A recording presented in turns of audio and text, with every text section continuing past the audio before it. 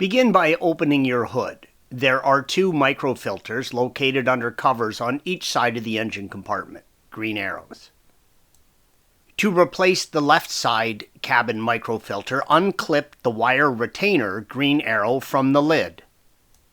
Then lift the lid up and remove it from the cowl. You will have to unhook the rear of the lid from the cowl as you lift it up. With the lid removed from the vehicle, remove the microfilter from the housing. With the filter removed, now is a good time to clean the housing. Remove all debris and be sure the inlet, green arrow, and the drain, yellow arrows, are clear. Next, install a new microfilter into place and install the lid and snap the wire retainer back into place. Repeat these steps to replace the filter on the right side. Thanks for watching. Be sure to subscribe to our channel and check out another video in this series.